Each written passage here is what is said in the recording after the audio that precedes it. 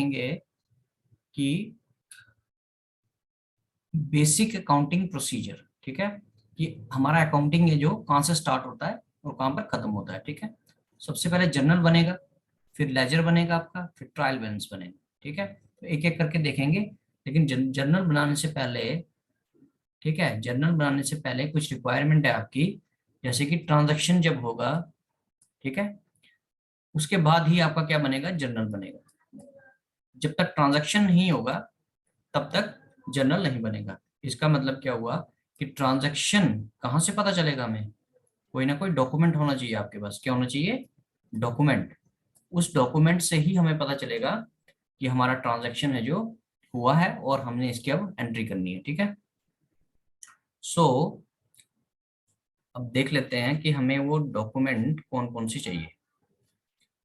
देखो, सबसे पहले हमारा अकाउंटिंग प्रोसेस कहाँ से स्टार्ट हुआ।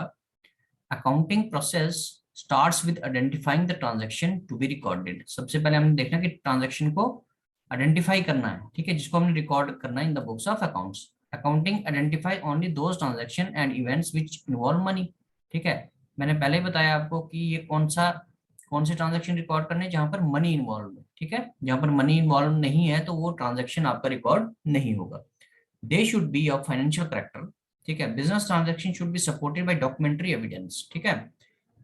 डॉक्यूमेंट्री एविडेंस, आपके पास डॉक्यूमेंट्री एविडेंस होना चाहिए, ठीक है, तभी आप किसी ट्रांजैक्शन को रिकॉर्ड कर सकते हैं। जैसे कि कैश मेमो है, इनवॉइस है, बिल्स हैं, receipt and vouchers. These documents are called source. इन्हीं डॉक्यूमेंट्स को क्या बोलते हैं हम, सोर्स डॉक्यूमेंट, ठीक है। ट्रांजैक्शन का पता कहाँ से चलेगा हमको, सोर्स डॉक्यूमेंट से, ठीक है, जहां से कि हमारा इवेंट स्टार्ट हुआ। सो अब देख लेते हैं कि सोर्स डॉक्यूमेंट कौन कौन से अवेलेबल हैं हमारे पास।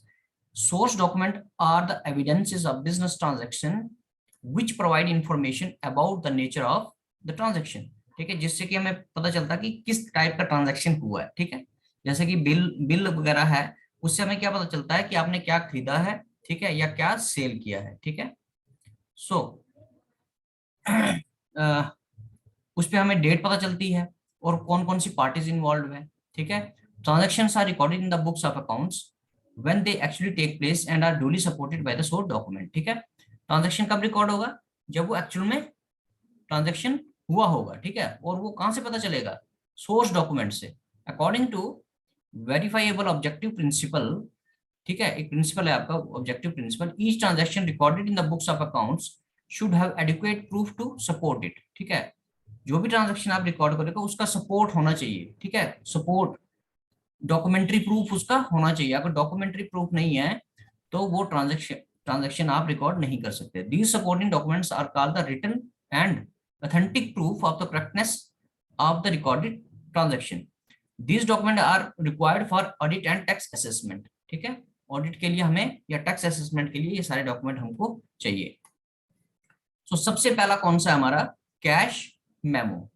When a trader sells goods for cash, he gives a cash memo, and when he purchases goods for cash, he receives a cash memo, ठीक है। जब वो खरीदेगा तो कैश मेमो समझते हैं ना आप, ये है कैश मेमो, आपका फॉर्मेट बना हुआ है। इसमें क्या क्या है, आइटम कितनी खरीदी है, क्वांटिटी कितनी है, रेट कितना है, प्राइस कितना है, वो सारी चीजें यहाँ पर मेंशन होती है किसमें, कैश मेमो में, ठीक है। तो this is the format for your cash memo. देखो यहाँ पर क्वांटिटी लिखी है, ठीक है, ये क्वांटिटी लिखी हुई है यहाँ पर, ये डिस्क्रिप्शन है कि क्या क्या खरीदा है, ठीक है, रेट कितना है और टोटल अमाउंट कितना बना, राइट। सो ये क्या था हमारा कैश मेमो। तो यहां से हमें पता चल जाएगा कि इतने की हमने आइटम खरीदी है, ठीक है। तो यही इन्हीं से देख के हमने क्या करनी है, एंट्री करनी है। Next is invoice. इनवॉइस या फिर बिल, इनवॉइस या फिर bill. So when a trader sell goods on credit, he prepares a sale invoice, ठीक है, ये क्रेडिट की बात कर रहा है। It contains full details related to the amount, the terms of payment and the name and address of the seller and buyer, ठीक है। सेलर की भी और बायर की भी क्या, नेम एंड एड्रेस, ठीक है, जब हम क्रेडिट पे सेल करते हैं। The original copy of the sale invoice is sent to the purchaser and its duplicate copy is kept for making records in the books of accounts, ठीक है। When a trader purchases goods on credit, he receives a credit bill from the supplier of goods. So this is the format for your invoice या bill. ठीक है। Ramesh electronics है, suppose करो, name and address of the customer ये है हमारा, और ये सेलर है हमारा, ठीक है। ये डिस्क्रिप्शन है, ये चीजें हमने खरीदी हैं, ठीक है। इनका रेट ये है, ठीक है। ये क्वांटिटी है, तो क्वांटिटी इनटू रेट, ये टोटल अमाउंट बन जाता है हमारा, ठीक है। तो इस तरीके से आपके पास ये बिल आएगा। Okay, next is receipt. Receipt.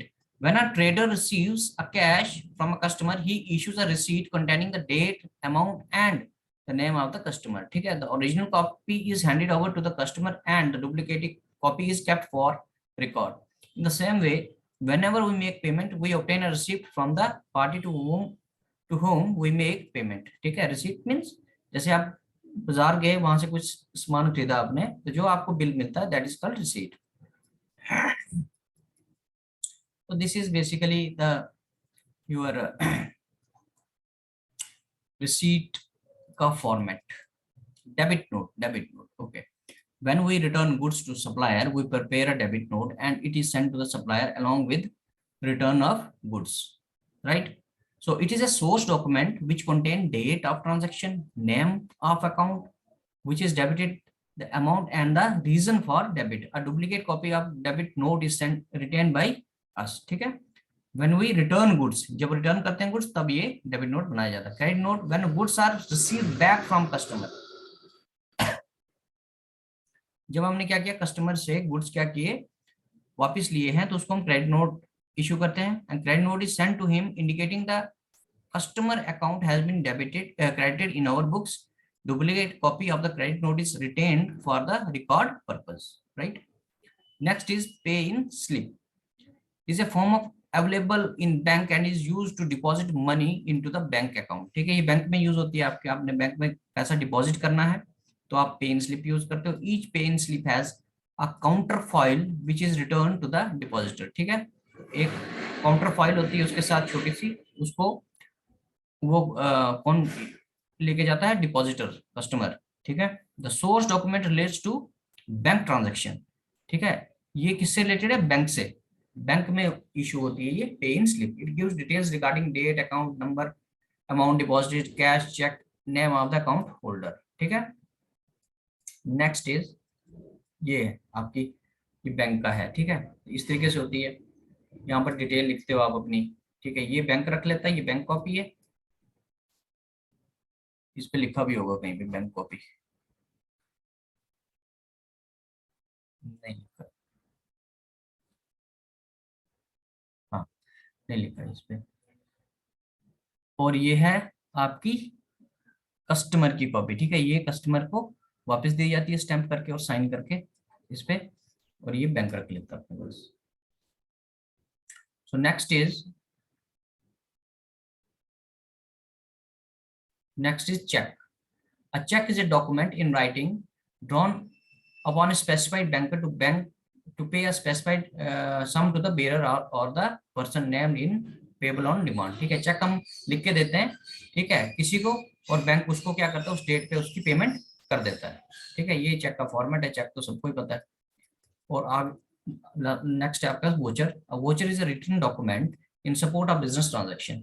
ठीक है, ये बिजनेस ट्रांजेक्शन का है। ठीक है, vouchers are prepared by an accountant and each voucher is countersigned by an authorized person of the organization। ठीक है, हर एक वोचर को कौन साइन करेगा, जो ऑथराइज्ड पर्सन हमने रखा है वो साइन करेगा। ठीक है, ये बिजनेस ट्रांजैक्शन को सपोर्ट करता है। अगर कोई बिजनेस के बीच में ट्रांजैक्शन हुआ है तो this voucher helps to verify the record.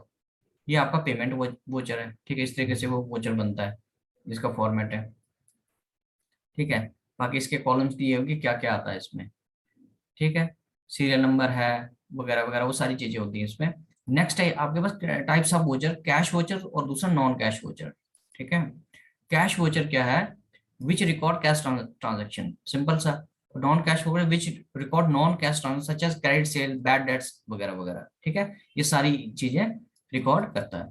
ठीक है, कैश वोचर, और ये कैश वोचर है और ये नॉन कैश वोचर है। ठीक है, debit voucher for cash payment, credit voucher for cash receipt. Okay, next is rules for debiting and crediting. In actual practice, the individual transaction of similar nature are recorded, added and subtracted at one place. Such place is customarily the meaning of debit and credit. It is essential to understand the meaning and form of account. An account is a record of all business transaction relating to a particular person, asset or liability. ठीक है, जितने भी business transaction है आपके, ठीक है, वही आपका अकाउंट है। जैसे कि किसी या तो पर्सन से रिलेटेड होगा, एसेट से रिलेटेड होगा, लाइबिलिटी से रिलेटेड होगा, एक्सपेंसेस से रिलेटेड होगा, या फिर इनकम से रिलेटेड होगा। यही आपके 4-5 अकाउंट जो है होंगे। In accounting we keep a separate record of each individual asset, liability, expense और इनकम। ठीक है, the place where such record is maintain is termed as account. और जहां पर ये सारी चीजें मेंटेन की जाती है उसी को हम क्या बोलते हैं, account. All accounts are divided into two sides. ठीक है, the left hand side of the account is called debit. ठीक है ना, इसको हम डेबिट बोलते हैं, ये रहा। And the right hand side of the account is called credit, इसको हम क्रेडिट बोलते हैं। ठीक है, ये कैश अकाउंट है, सपोज करो, एग्जाम्पल लिए, तो ये डेबिट साइड होती है आपकी, ये कौन सी है, क्रेडिट साइड। ठीक है, सो जब हम इस पे क्वेश्चंस करेंगे, जब एक्चुअली में जर्नल बनाएंगे, लेजर बनाएंगे, तब ये ज्यादा क्लियर हो जाएगा। अभी आप थ्योरी के हिसाब से इसको समझो। Next is, in order to decide when to write on the debit side of an account and when to write on the credit side of an account, there are two approaches। ठीक है, एक तो accounting equation approach है, दूसरी traditional approach है। ठीक है, हमने अकाउंटिंग इक्वेशन अप्रोच को ही, डबल एंट्री सिस्टम को ही फॉलो करना है। ठीक है, अब नेचर ऑफ अकाउंट है वो हमारे पास ये 5 टाइप के हैं। तो एसेट अकाउंट होगा, कैपिटल अकाउंट होगा, लाइबिलिटीज अकाउंट होगा, रेवेन्यू या फिर इनकम अकाउंट है, और एक्सपेंसेस और लॉसेस अकाउंट है। If there is an increase or decrease in one account, there will be equal decrease or increase in another account। ठीक है, जब भी आपके अकाउंट में अगर एक अकाउंट में इंक्रीज होगा तो दूसरे में भी इंक्रीज या डिक्रीज होगा इक्वली। कैसे होगा, इक्वली। अगर कहीं 100 रुपीज से इंक्रीज हुआ एक अकाउंट में, तो जो उसका कॉरस्पॉन्डिंग दूसरा अकाउंट है उसमें भी 100 रुपीज से ही इंक्रीज होगा, इंक्रीज या डिक्रीज जो भी बोल लो आप। ठीक है, so accordingly the rules of debit and credit in respect of the various categories of accounts can be obtained। अब ये rules हैं कुछ। The rules may be summarized as follow: increase in assets are debited, decrease in assets are credited। ये rules हैं आपके पास। ठीक है, अगर asset increase होगी तो वो क्या होगी, डेबिट होगी, और डिक्रीज होगी तो क्रेडिट होगी। ठीक है, एसेट अगर इंक्रीज होगी तो डेबिट होगी, और एसेट अगर डिक्रीज होगी तो क्रेडिट करेंगे उसको। Next is increase in capital R credited. अगर कैपिटल आपका इंक्रीज होगा, ठीक है, तो वो क्या होगा, उसको हम क्रेडिट करेंगे। ठीक है, और डिक्रीज होगा कैपिटल में तो उसको क्या करेंगे, डेबिट करेंगे। ठीक है, वैसे ही increase in liabilities are credited and decrease in liabilities are debited. ठीक है, अब देख रहे हो आप, एसेट अगर इंक्रीज हुआ, ठीक है, तो उसको डेबिट करेंगे। तो वैसे ही लाइबिलिटी अगर इंक्रीज हुई तो एसेट का ऑपोजिट होगा, वो उसको क्रेडिट करना पड़ेगा आपको। यहाँ डेबिट हुआ ना, ये इंक्रीज हुई, ये डेबिट हुआ, ये इंक्रीज हुई तो क्रेडिट हुआ, एंड वाइस वर्सा। ये डिक्रीज हुई तो डेबिट हुआ, ये डिक्रीज हुई तो क्रेडिट हुआ। ठीक है, so increase in income and gains are credited. ठीक है, इनकम या गेन है उनको क्रेडिट किया जाता है, और डिक्रीज इनकम एंड गेन्स अगर डिक्रीज होते हैं तो उनको क्या करते हैं, हम डेबिट करते हैं। सो इंक्रीज इन एक्सपेंसेस, अगर एक्सपेंस आपका इंक्रीज होता है या लॉसेस, तो उसको क्या करेंगे, डेबिट करेंगे। याद रखना, इंक्रीज एक्सपेंसेस अगर इंक्रीज हुए हैं तो डेबिट करेंगे, और अगर डिक्रीज हुए हैं तो क्रेडिट करेंगे। ठीक है, another manner to understand the concept of debit is the normal balance manner। Balance करने के लिए बोल रहा है ये। ठीक है, debit is equal to credit, ये हमेशा आपका ऐसे ही चलेगा। अकाउंटिंग इक्वेशन में हमने देखा ना, equities is equal to asset. ठीक है, तो वैसे ही यहाँ पर भी डबल एंट्री सिस्टम के हिसाब से ही आपको इक्वालिटी बना के ही चलनी है। Each account has debit and credit side. You could picture that journal कैसे बनता है, टी फॉर्मेट में। ठीक है, या अकाउंट कैसे बनता है, टी फॉर्मेट में, इस तरीके से। यहाँ पर डेबिट होगा और इस साइड क्रेडिट। ठीक है, ओके।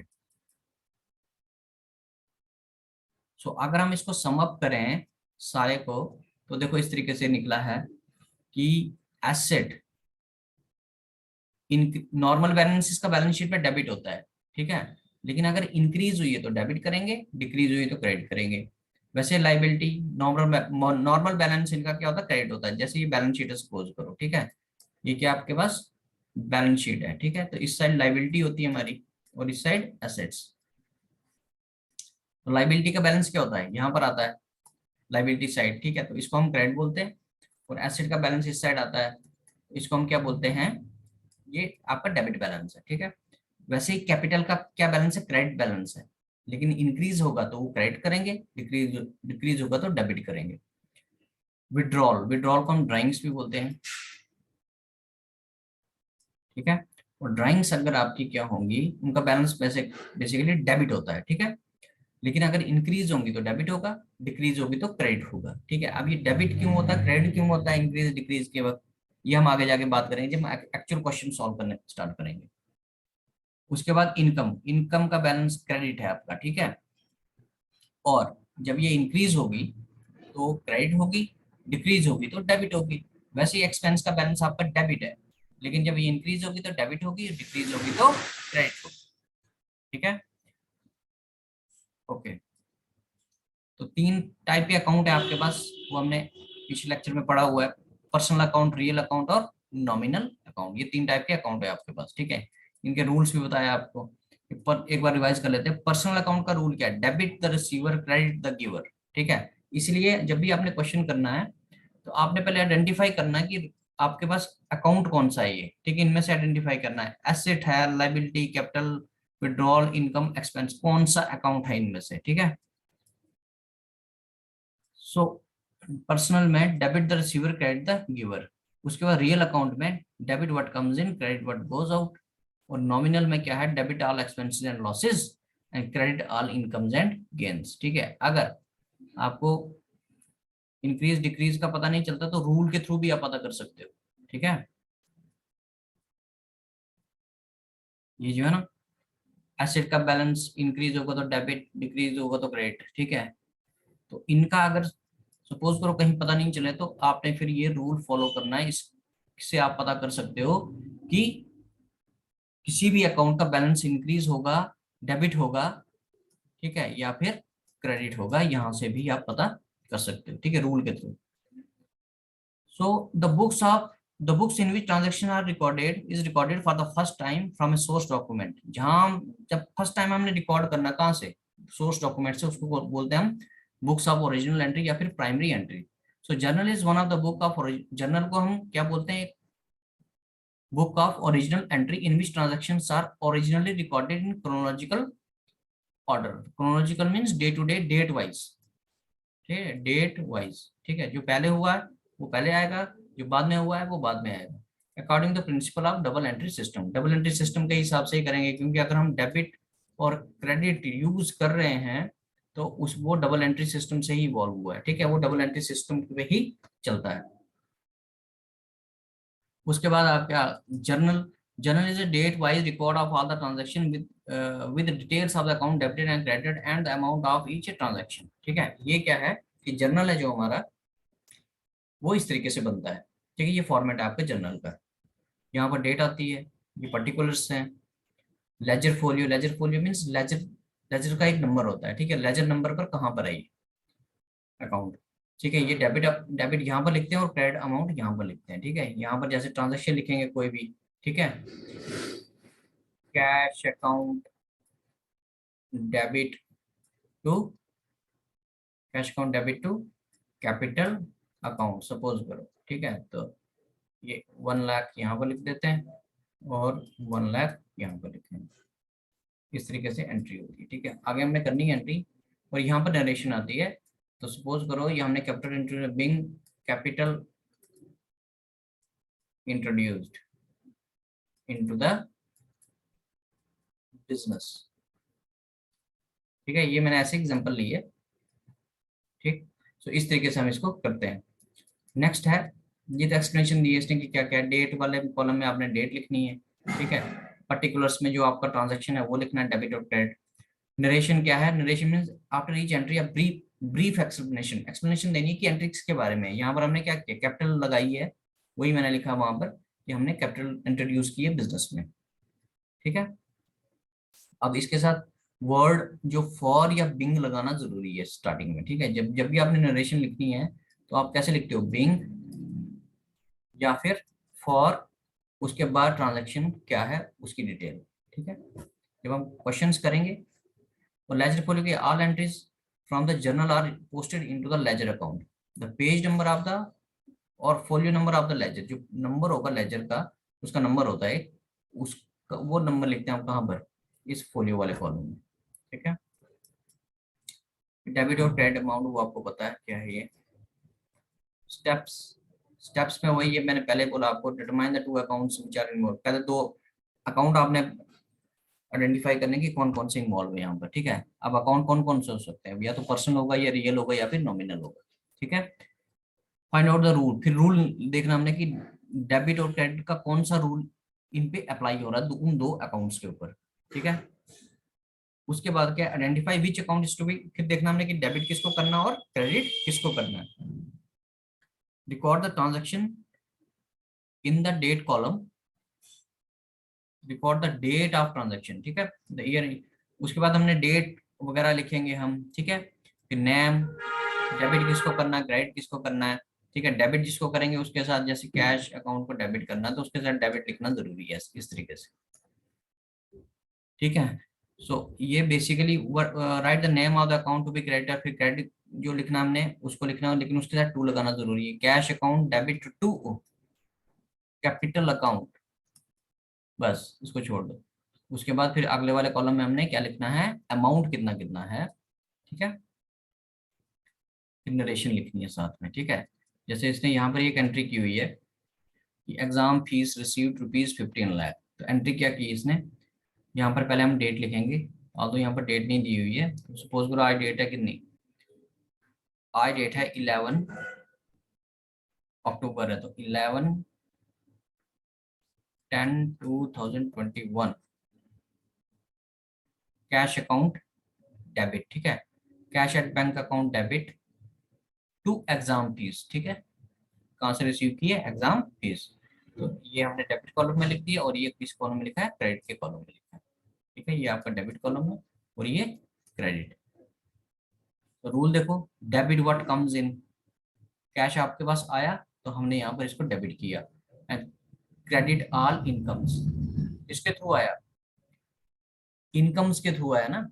एग्जाम फीस क्या है, इनकम, तो इसको हम एग्जाम फीस क्या है आपकी इनकम है, तो इसको हमने यहाँ पर क्रेडिट किया हुआ है, ठीक है। वैसे सैलरी का है, सैलरी एक्सपेंस है हमारा, तो सैलरी पे की हमने, पेड है तो एक्सपेंस है ये, ठीक है। तो सैलरी अकाउंट डेबिट, ठीक है, एक्सपेंसेस आर डेबिटेड, हमने ऊपर देखा ना अभी, एक्सपेंस को क्या करते हैं हम, डेबिट करते हैं, ठीक है। तो एक्सपेंस को हमने डेबिट किया टू कैश अकाउंट, दूसरी साइड कौन सा अकाउंट है, दूसरी साइड आपका कौन सा अकाउंट है, रियल अकाउंट है, ठीक है, रियल अकाउंट है।